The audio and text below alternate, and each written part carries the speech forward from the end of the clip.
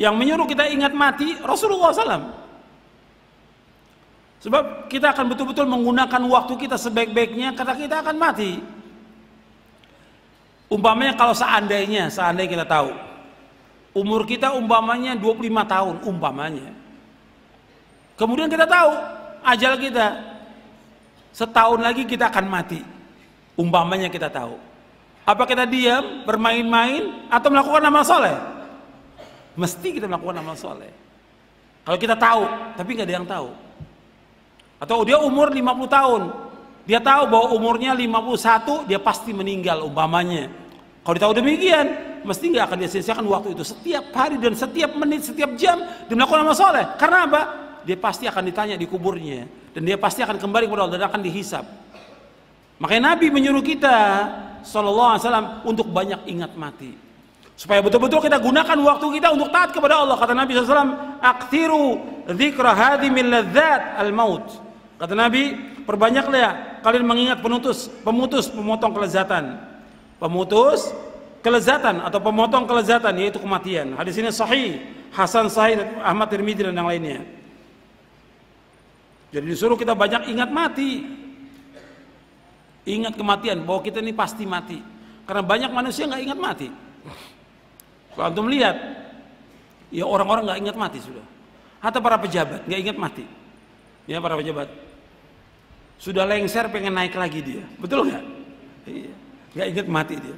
Makanya ketamakan manusia kepada jabatan lebih daripada ketamakan dia kepada harta. Riasah kedudukan jabatan itu sumber fitnah, sumber kezaliman, kata Syekhul Islam Ibnu Taimiyah dalam Majmu' Fatawanya. Jadi hubur riasah, kepemimpinan itu luar biasa, akan membawa dia kepada kezaliman, kebohongan, dosa dan yang lainnya. Makanya kita lihat banyak orang yang nggak ingat mati, udah umur 50 masih tetap pengen mencalonkan diri jadi pejabat. Akhirnya ujung-ujungnya apa?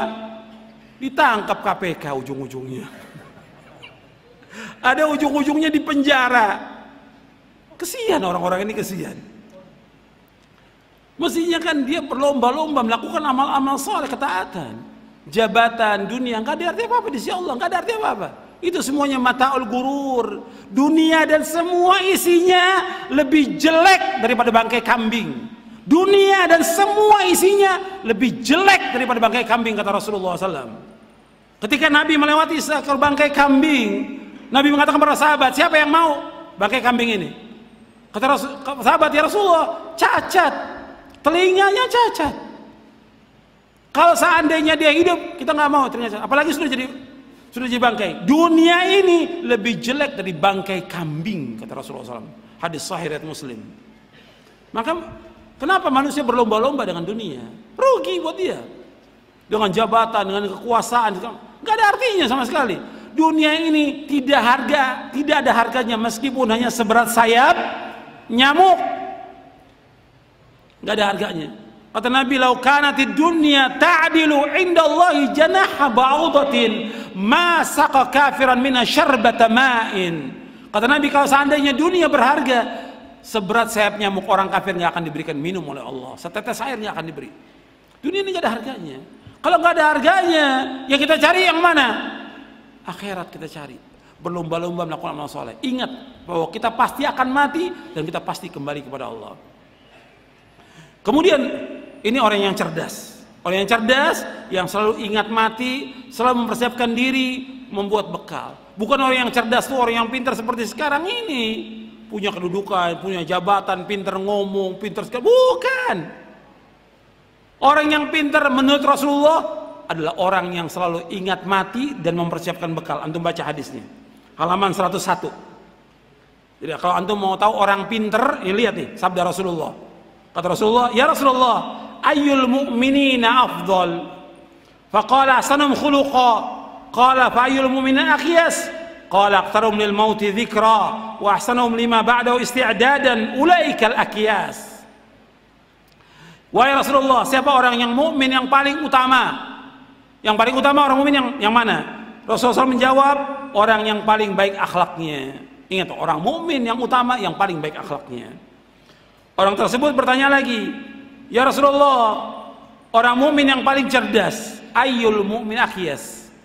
Akyas dari kayis, itu orang yang pintar, cerdas, jenius. Siapa orang yang paling jenius? Yang paling pintar?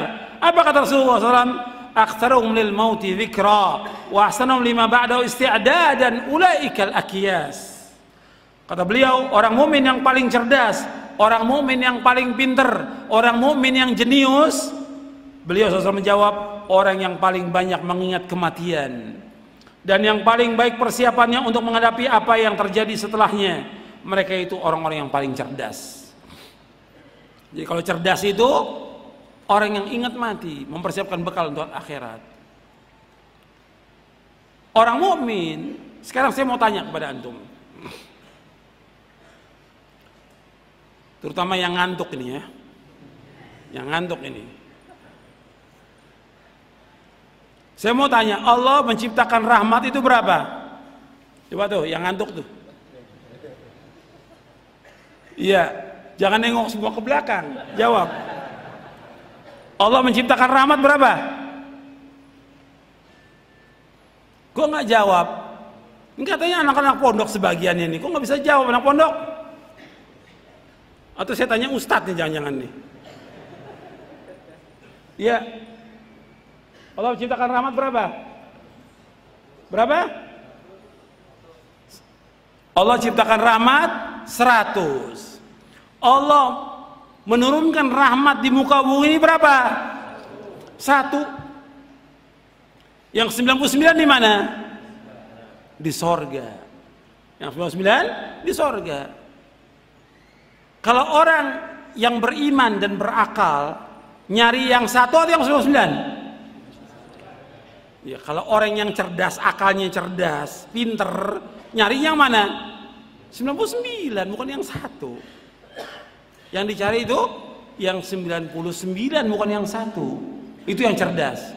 Kita hidup dunia ini, semua Allah berikan, semuanya. Orang kafir, orang mukmin, orang munafik, orang jahat, semua diberikan oleh Allah rezeki semuanya. Cuma 1 rahmat. Tapi di sorga khusus untuk orang yang bagaimana? Beriman saja itu 99 rahmat. Yang dipilih yang mana? Yang 99.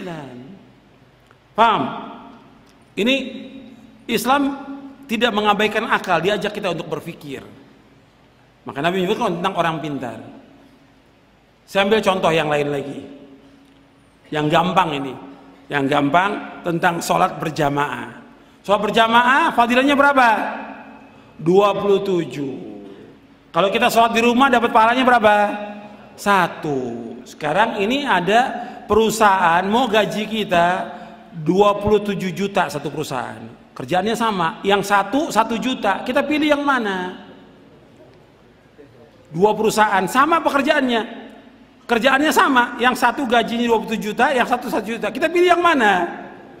27. Kalau pilih yang 1, berarti orang itu gimana akalnya?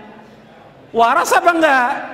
Enggak waras. Makanya kita pilih apa? Sholat berjamaah 27 derajat. Paham? Nah,